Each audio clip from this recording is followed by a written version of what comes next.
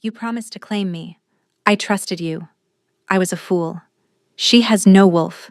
She is nothing. Then why does my every instinct demand I protect her? He marked another woman while I watched from the crowd. The whole pack saw. They expected me to shatter. They were wrong. For 23 years my wolf was silent. A curse, they whispered. But when the betrayal cut deepest, something ancient opened its eyes. And the wolf that rose was not the one anyone expected. The training pit smelled of iron and sweat. Alara ducked beneath the strike aimed at her throat and drove her elbow into her opponent's ribs. The impact sent him stumbling, but she was already moving, sweeping his legs and pinning him to the packed earth with her knee on his chest. 3 seconds. That was all it had taken. "Yield," she said, barely winded. The warrior beneath her stared up with something between fury and disbelief. "You fight like you have nothing to lose. Maybe I do not." She released him and rose. Around the pit, a dozen pack members had stopped their sparring to watch. None applauded. They simply stared, as if she were a creature they could not classify. The ghost girl wins again. The voice sliced through the silence like honeyed poison. How inspiring. A wolf-less woman playing at being a warrior. Ilara recognized that blend of sweetness and venom without turning. Vespera descended the stone steps, flanked by females who giggled on cue. Her copper hair caught the morning light, and her amber eyes glittered with practiced cruelty. 23 years old and still no wolf. Tell me, Ilara, do you even remember what it feels like, or were you born this empty? The words hit exactly where intended. Ilara felt the old wound pulse, the hollow space where her wolf should have been. But showing pain only invited more. "I remember enough," Ilara replied flatly. "I remember that fangs are not the only way to tear out a throat." Something flickered across Vespera's features before her smile returned. "Enjoy your little victories in the dirt. They are all you will ever have. After all, Corvin may tolerate your presence, but tolerance is not love. When the bonding moon rises, we will all see exactly where you stand." She walked away before Ilara could respond. The bonding moon. 3 weeks away. The sacred ceremony where wolves claimed their mates before gathered packs. For most wolves, it was celebration. For Ilara, it had always been a reminder of everything she lacked. But this year was supposed to be different. This year, Corvin had promised. She thought of him now. Alpha of Thornfall Pack. The man she had loved since she was 15. The man who had found her bleeding on the border 8 years ago, carried her to safety, and said, "You are not nothing. You are mine to protect." She had clung to those words like a lifeline. Over the years, their bond grew through stolen moments and whispered conversations. The brush of his fingers against hers when no one watched. The way his eyes found her across crowded rooms. He never made promises that could be held against him. Only glances that lingered too long. Touches too intentional to be accidents. Crumbs she gathered with both hands, convincing herself they would become something whole. "You are different from the others," he told her once. "You see me." And she did. She saw past the alpha posturing, the political games. She saw the boy who lost his mother too young. The man who carried burdens he could never speak of. How could she not love him? But Corvin also disappeared. He would vanish for days, return smelling of other places, and never explain. Ilara swallowed her questions because she understood. He was an alpha. She was wolf-less. Whatever existed between them had to remain in shadows until he was ready. 2 weeks ago, he had taken her aside, gripping her hands, his gray eyes burning. "This is our year," he said. "At the ceremony, before the Supreme Alpha and all gathered packs, I will claim you. No more hiding." Ilara had wept. For the first time in years, she let herself weep. "I know what they say about you," he murmured. "But I do not care. Wolf or no wolf, you are the one I want." She believed him. God's help her. She believed every word. Alara left the training pit and walked through Thornfall territory, trying to quiet the storm in her chest. The pack compound spread across a valley between ancient mountains, timber lodges, and stone halls connected by packed dirt roads. She had called it home for 8 years, but it had never truly felt like hers. The wolves she passed did not greet her. Some looked through her, others sneered openly. A few watched with quiet pity that was somehow worse than hatred. Ghost Girl, Shellwalker, the Curse. The names followed her like shadows. Alara climbed to her usual refuge, a rocky outcrop above the compound. She sat against cold stone and stared at the sky, trying not to think about Vesper's words. She almost did not notice the presence behind her. Almost. The awareness prickled across her skin. She turned, hand reaching for her knife, and froze. He stood at the tree line 30 feet away, motionless as carved shadow.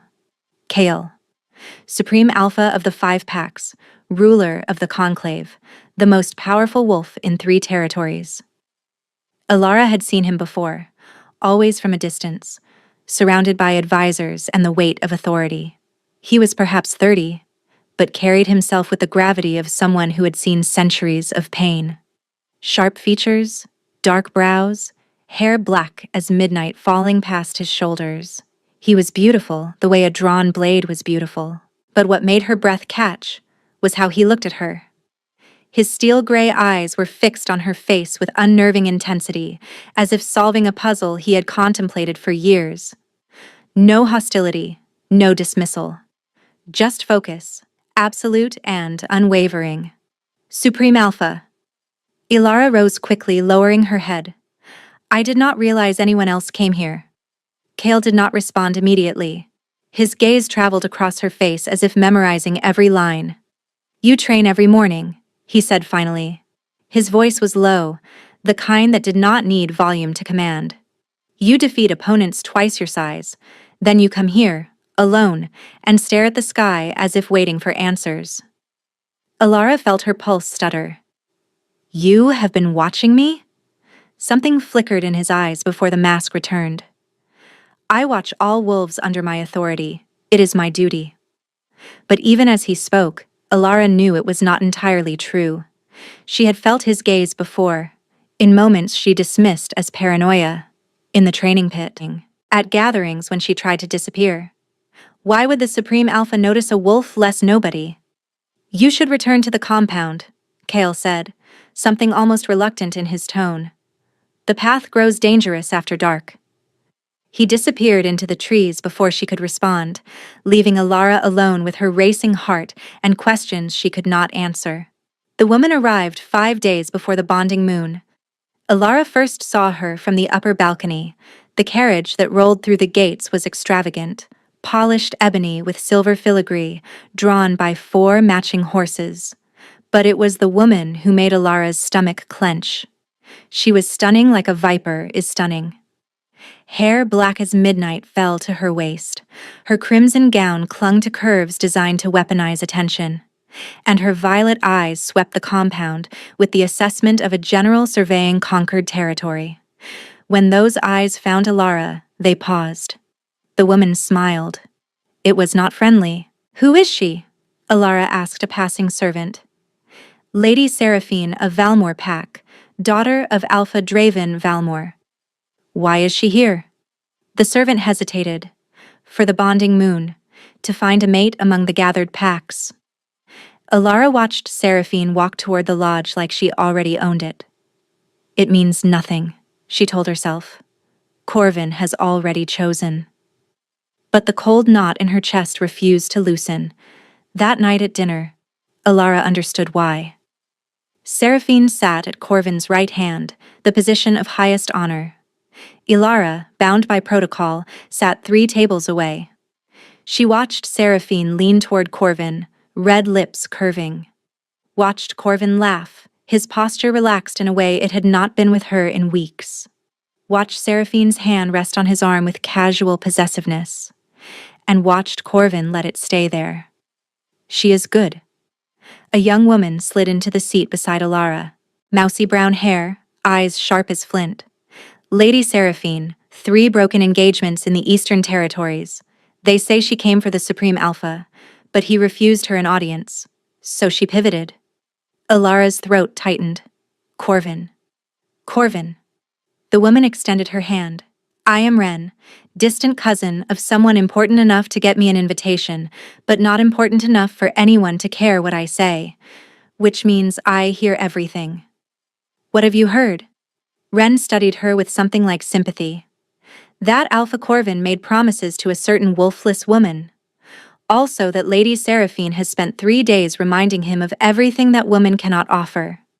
Political alliances, powerful bloodlines, an heir with a strong wolf.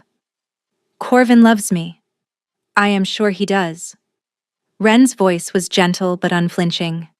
The question is whether love will be enough when he is choosing between his heart and his ambition. She disappeared before Alara could respond. The days that followed were slow suffocation. Seraphine was everywhere, in the gardens, in the halls, at every meal beside Corvin. She never attacked directly.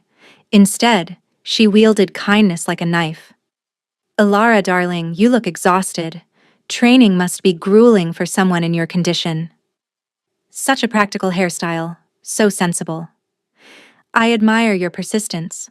Lesser women would have accepted their limitations. Each encounter left Alara feeling smaller, and Corvin was slipping away. He still smiled when their paths crossed, still offered reassurance.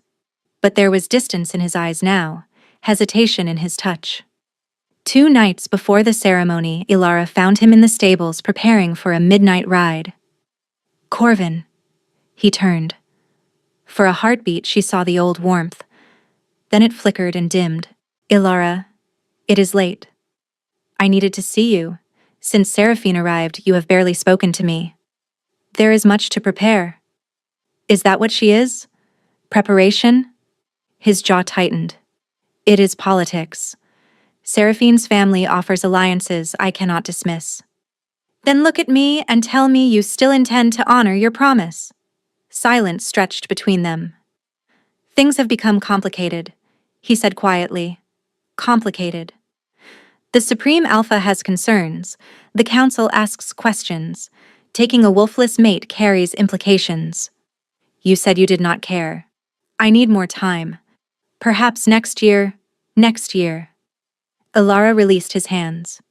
Goodbye, Corvin. She walked into darkness before he could see her shatter. The night of the bonding moon arrived wrapped in silver light. The ceremonial grounds spread across the great clearing at Conclave Territory's heart. Ancient standing stones ringed the space, carved runes pulsing with soft luminescence. Torches cast dancing shadows across hundreds of wolves in formal ranks. Alara stood near the back in a simple white gown. Tradition required unclaimed wolves to wear white. On her, it felt like a shroud. The ceremony proceeded. Wolves stepped into the sacred circle to make claims. Names spoken, hands joined. The Supreme Alpha acknowledged each bond from his stone throne. Alara watched with numb detachment. Then Corvin's name was called. He walked into the circle, magnificent in ceremonial black, his posture radiating confidence. He did not look at Alara. Alpha Corvin of Thornfall, have you come to make your claim? Corvin's gaze swept the crowd. For one agonizing moment it passed where Alara stood. It did not stop. Instead, his eyes found Seraphine, radiant in crimson at the circle's edge. I claim Lady Seraphine of Valmore as my bonded mate. The world stopped. Alara felt the words like a physical blow. Around her, murmurs erupted. Some surprised, others knowing. A few casting glances her direction with satisfaction. Seraphine glided into the circle. She took Corvin's hand, and as she did, her violet eyes found Alara's. Pure victory. Alara could not move, could not breathe, could only stand frozen as Corvin marked another woman's throat with his teeth. The claiming bite. The bond made flesh. And somewhere in the crowd, Alara died. Not her body. But something inside her that had clung to hope for 8 years finally crumbled to ash. Tears slid down her cheeks. Her legs trembled. Her vision blurred. Then, across the clearing, she felt it. A gaze like winter fire. Kyle, the Supreme Alpha, had risen from his throne. The silence that fell was absolute. 500 wolves held their breath as the Supreme Alpha descended, each step deliberate. His frost-colored eyes never wavered from Alara's face, burning through her tears, her shame, her shattered pride. The crowd parted before him. Alara wanted to run, but her legs refused, rooted by something stronger than fear. Kale stopped at the sacred circle's edge, 10 feet from where Corvin stood with Seraphine's blood on his lips. Supreme Alpha. Corvin's voice was steady, but tension showed in his shoulders. The claiming is complete. If you wish to offer your blessing, I do not. 2 words, quiet as snow, devastating as avalanche. Murmurs rippled through the crowd. Kyle ignored them. His gaze shifted to Seraphine, and the woman shrank back. Lady Seraphine, your family's ambitions are well known, as are your methods. She found nothing to say. Kale turned as if they had ceased to exist. His eyes found Alara again, and something in his expression shifted. He walked toward her. The whispers rose to a roar. What is he doing? The wolfless one? This is madness. Kale stopped before her, close enough that his shadow fell across her like a shield. Ilara. Her name on his lips was question and answer at once. Supreme Alpha. Her voice came out broken. I do not understand. You do. You have always understood. He extended his hand, palm up, fingers open. I will not take you, he said quietly, for her alone. I will not claim you like a prize, but if you choose to take my hand, I will spend whatever time I have proving you were never broken. You were waiting for someone worthy. Alara stared at his hand. Her mind screamed this was impossible, that she was nobody, that the Supreme Alpha could not want someone like her. But her heart remembered every moment she had felt his gaze, every time his presence stirred something she could not name. Her hand found his. The instant their skin touched, Alara gasped. Heat flooded through her, spreading outward like sunrise. It rushed through her veins, reaching places that had been cold and silent for 23 years. And somewhere deep inside her, something stirred. Kale's fingers tightened around hers. His eyes blazed with fierce wonder. There you are, he breathed. He turned to face the stunned crowd. I, Kale, Supreme Alpha of the 5 packs, make my claim. I claim Alara as my bonded mate. Let any who challenge step forward now. No one moved. The presiding elder stumbled forward. Supreme Alpha, the woman is wolfless. Sacred laws state. Sacred laws state a claim made in the circle cannot be broken. The claim is made. It is done. He looked at Alara, and something softened. Come. You do not need to remain here. She let him lead her away, past whispers and stares, past Corvin's shattered expression and Seraphine's fury. The last thing she saw was Ren, standing at the edge with tears streaming and a smile like hope. The chambers Kale brought her to be in the Conclave Fortress's highest tower, overlooking the entire valley. Alara stood at the window, watching moonlight paint the mountains. You are trembling. She was. I do not understand, she whispered. Why would you do this? Destroy your reputation? Defy the elders? Claim a woman with no wolf? Kale moved closer. Do you remember the first time I saw you? She turned. He was nearer than she realized. You would not remember. You were 15, newly arrived at Thornfall. I was visiting for the Winter Council. I saw you in the training yard, barely able to hold a sword, bruised and bleeding. Alara remembered those days. An older wolf knocked you down. He stood over you and laughed, told you to stay down. The memories surfaced, sharp and bitter. You got back up. Alara blinked. Anyone would not have. I have watched wolves twice your size yield. But you got back up. Again. And again. until he walked away because he understood you would never stop. His fingers brushed her cheek. That was when I knew. Wolf or no wolf, you carried something most wolves would kill to possess, a spirit that refused to be extinguished. Tears burned behind her eyes. You watched me. All these years, I watched you. He did not look away. I told myself it was admiration, but tonight, when I saw what he did to you, something I have kept caged for years broke free. When you took my hand, she said softly, I felt something. Something that has been silent my entire life. I felt it too. What does it mean? It may mean your wolf is not dead.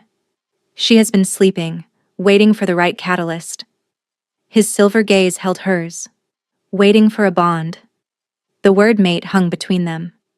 I will not pressure you, Kale said, stepping back. What happened tonight does not obligate you to anything. Whatever exists between us will grow at your pace, or not at all. He moved toward his chambers. Kale. He turned. Ilara crossed the distance between them. She stood on her toes, placed her hands on his shoulders, and kissed him. For a heartbeat, he was motionless.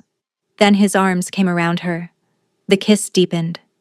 His hands spread across her back, pulling her closer.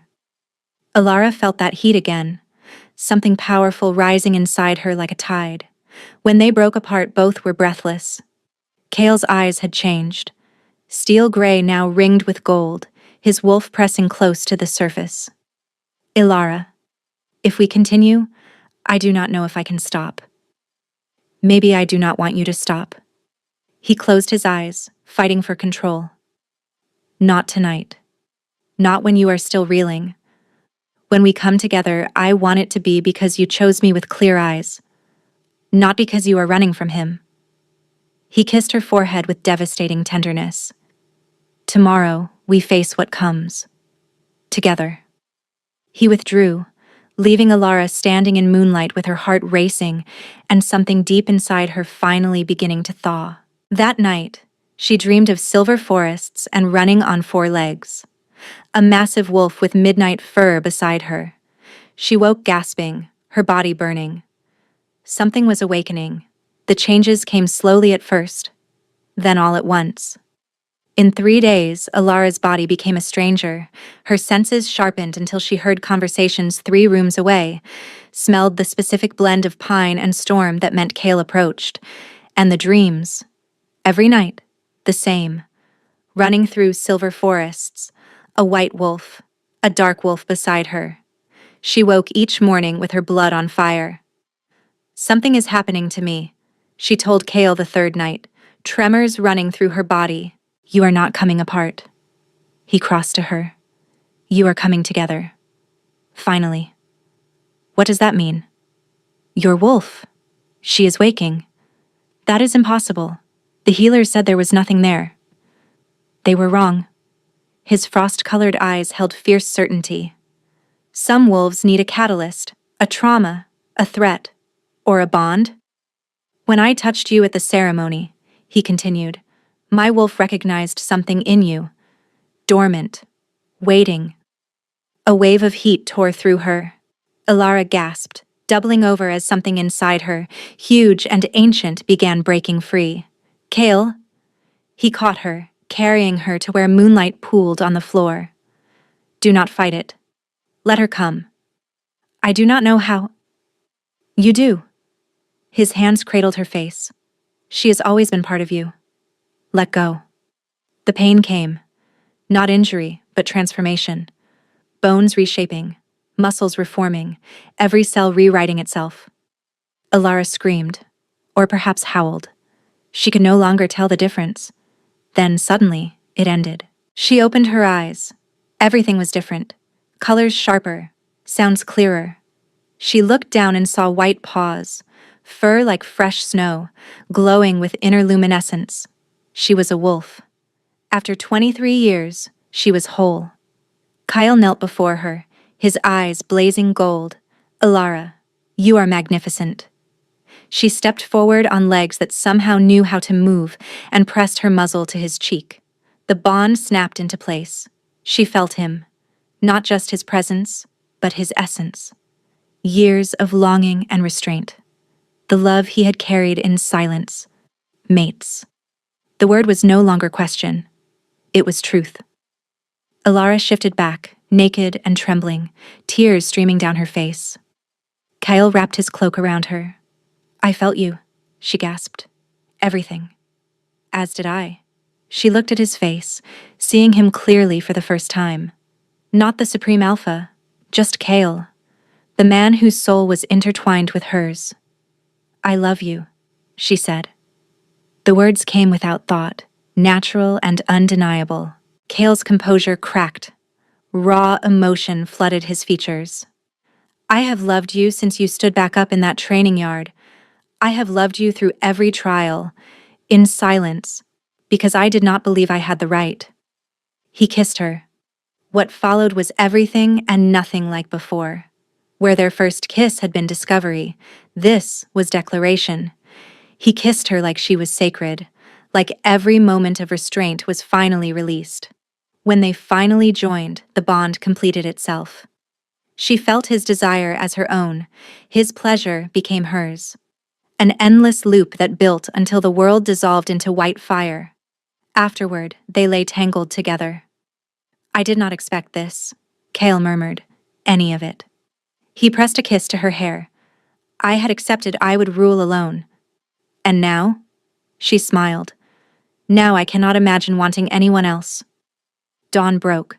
A knock shattered the peace. "Supreme Alpha, the council has assembled. They are demanding an audience." Kyle's expression hardened. "It begins." "What will they do?" "Try to invalidate the bond. Claim a wolfless woman cannot be a true mate." His jaw tightened. "They do not yet know you are no longer wolfless." Alara sat up. "Then we show them. The council is brutal. They will try to break you." "Let them try. I spent 23 years believing I was broken. I let others define my worth because I had no wolf to prove them wrong." She met his gaze. "I have one now. And I have you. If they want to fight, I will give them one they will never forget." Pride blazed in Kale's eyes. "My mate, my equal." They rose to face the storm together. The great hall was designed to intimidate. Massive pillars rose toward shadowed ceilings. Banners of all 5 packs hung from iron brackets.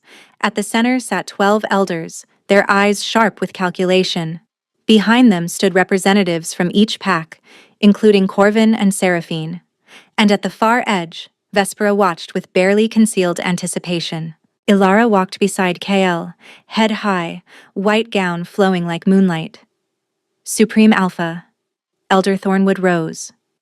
"We have convened to address the irregularities of the bonding moon ceremony." "Her name is Ilara," Kael said mildly. "My mate. Address her with the respect her station demands." Thornwood's eye twitched. "Your claim upon Ilara. Sacred laws are clear. A true mating requires both parties to possess wolves. Without that, the claim is invalid." Furthermore, another elder interjected, "The bloodline must be preserved. A wolfless mate cannot bear children with the strength our packs require." Before Kale could speak, Ilara stepped forward. "Elders, you speak of sacred laws and bloodlines.